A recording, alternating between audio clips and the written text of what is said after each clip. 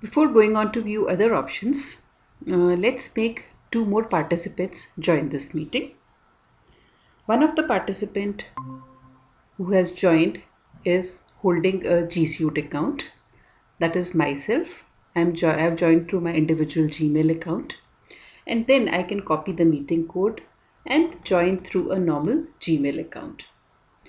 So this is a normal Gmail account, and I have to enter a code or link to join, as I said earlier.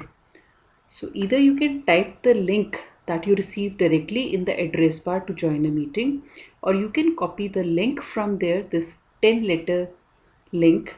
It can be typed as the join code and press, and then you can say join. So now a third participant has joined the meeting. Again, you get a similar kind of window before joining. And now this window is a normal Gmail account holder, not a G Suite account holder. So now, instead of join now, it will ask to join. Just remember, the G Suite account holder from the same organization does not need a admit entry, whereas a person holding a Gmail account will ask to join. So as I switch over to my window where I was the host, you will get an interface like this.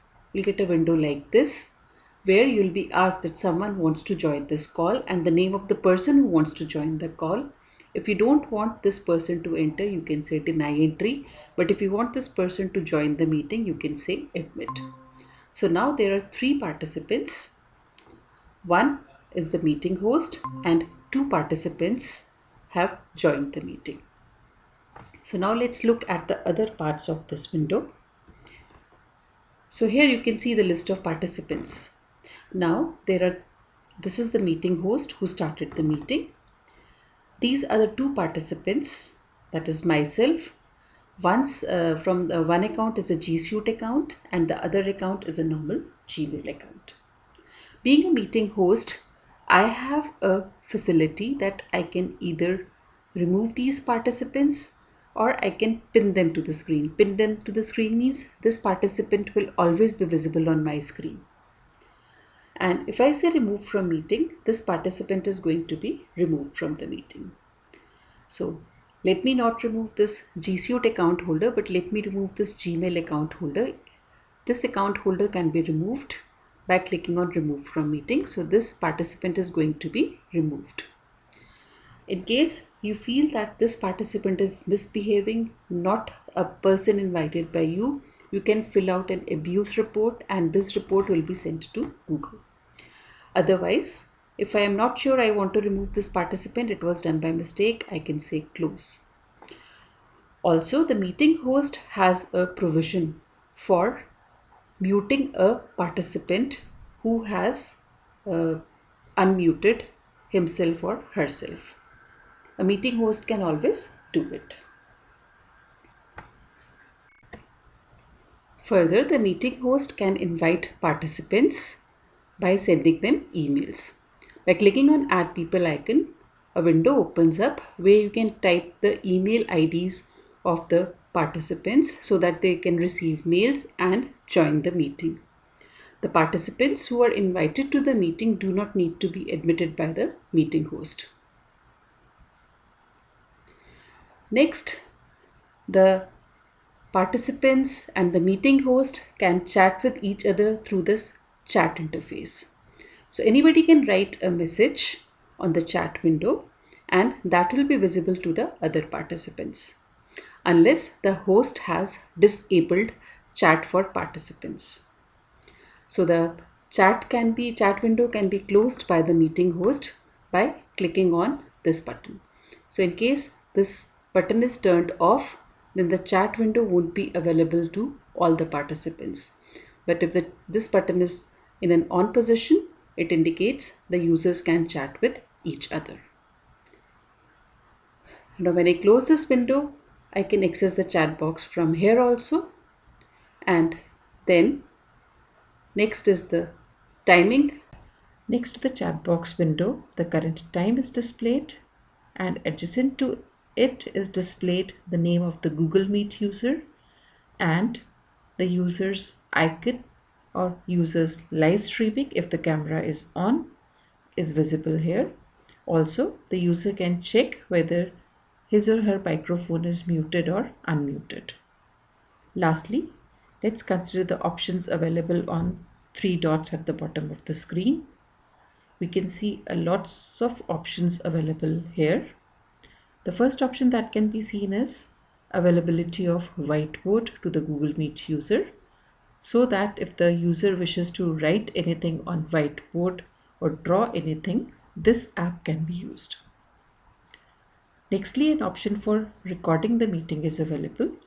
This option is available only for G Suite account holders. If you start a Google Meet with a normal Gmail account, this option is not available. The next option determines the layout of participant icons on the screen. If I click on change layout, I'll observe that four options are available. Auto option allows Meet to choose a particular layout.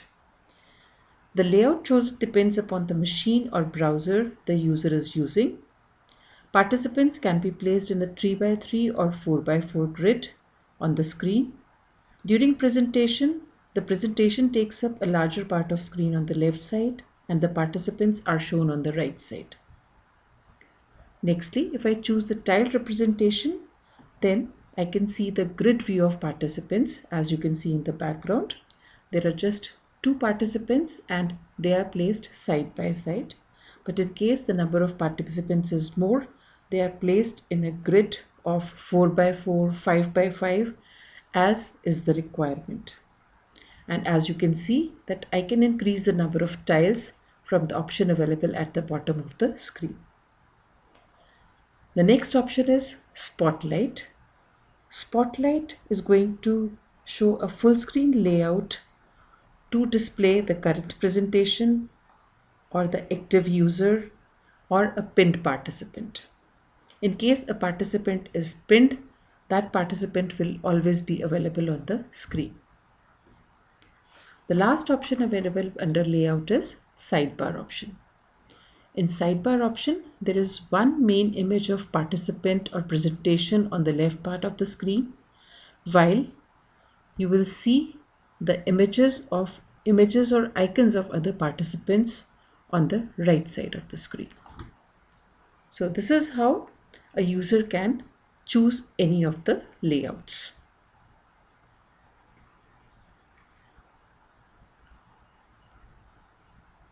Nextly, you can switch over to a full screen mode while working in Google Meet.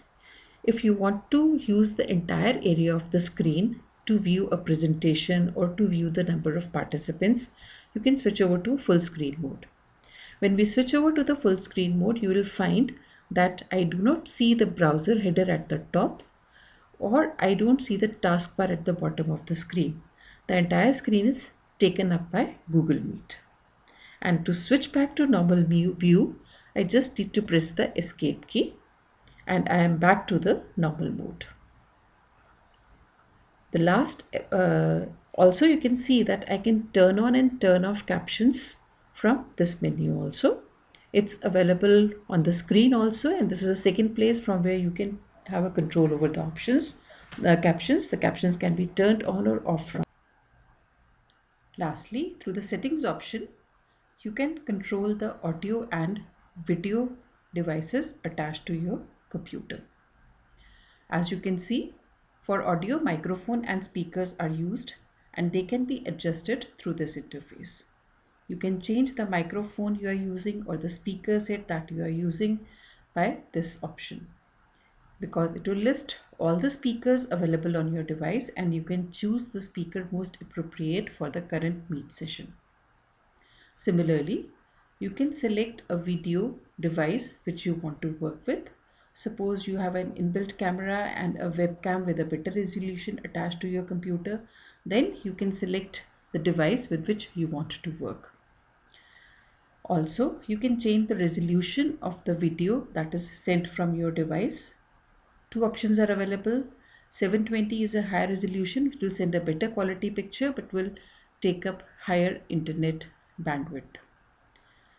Similarly, the receive resolution is the resolution with which the picture is received on your device. You can change it to 720 or 360 according to your needs and requirements.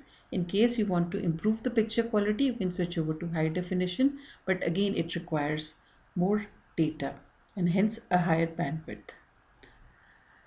You can switch over to audio only mode if you're not interested in watching the video because that video is taking too much of bandwidth or the video and audio together are not very clear on your device. You can switch over to audio only so that whenever the video is presented by the presenter, you can just listen to the audio. So that's how the settings on this device can be controlled through the settings option. So that's all for the Google Meet interface. Hope you enjoyed learning Google Meet with me. Thank you all and happy learning.